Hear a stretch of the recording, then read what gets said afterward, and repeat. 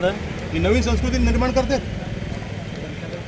हे सांस्कृतिक मंत्र्याला दिलेलं पत्र आहे, त्यांच्या परवानग्या बघा काय मीडिया बांधवांनी कृपया मी तुम्हाला पत्र पाठवतो सगळ्यांना, हे पत्र बघा।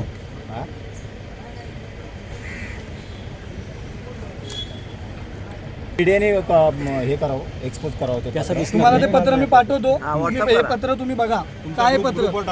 सांस्कृतिक कार्यक्रमाच्या नावावरती यांनी परवानगी मागितली आणि इथे नंगनाथ चालवलेला आहे, दारू पिऊन यांच्या नशा पार्टी चालतात, ते पण कुठे तर आमच्या अस्मिता जोडली गेलेली आहे, हे जाणीवपूर्वक केलेलं आहे। यांचा स्पॉन्सर कोण? मोहित कंबोज, भाजपचा पदाधिकारी।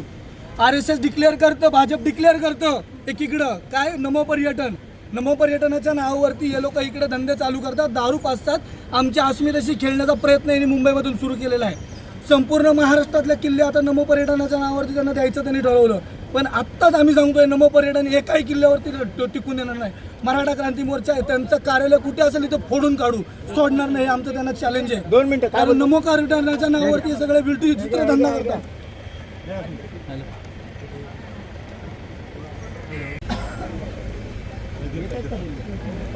कोण येते साहेब, कोण येते जाऊ द्या आम्हाला त्याच्यात।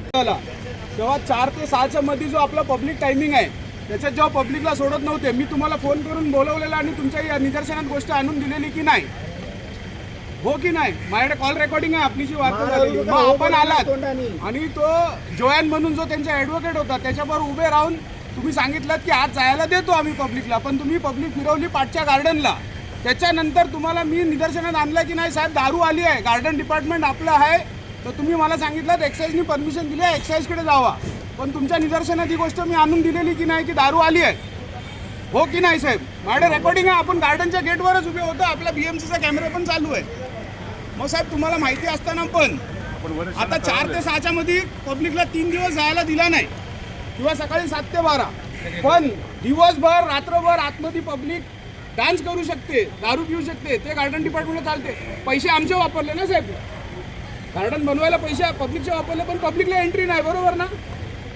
बरं आता तुम्हाला इथे कशासाठी बोलवलं तेच तर सांगा आम्हाला, तुम्हाला आता इथे कशासाठी बोलवलंय? ह्या गोष्टीसाठी बोलवलं का? सिनियर साहेब त्यांना कशाला बोलवलं ते तर सांगा आम्हाला, आम्हाला इथे का थांबवलं त्याचं उत्तर द्या।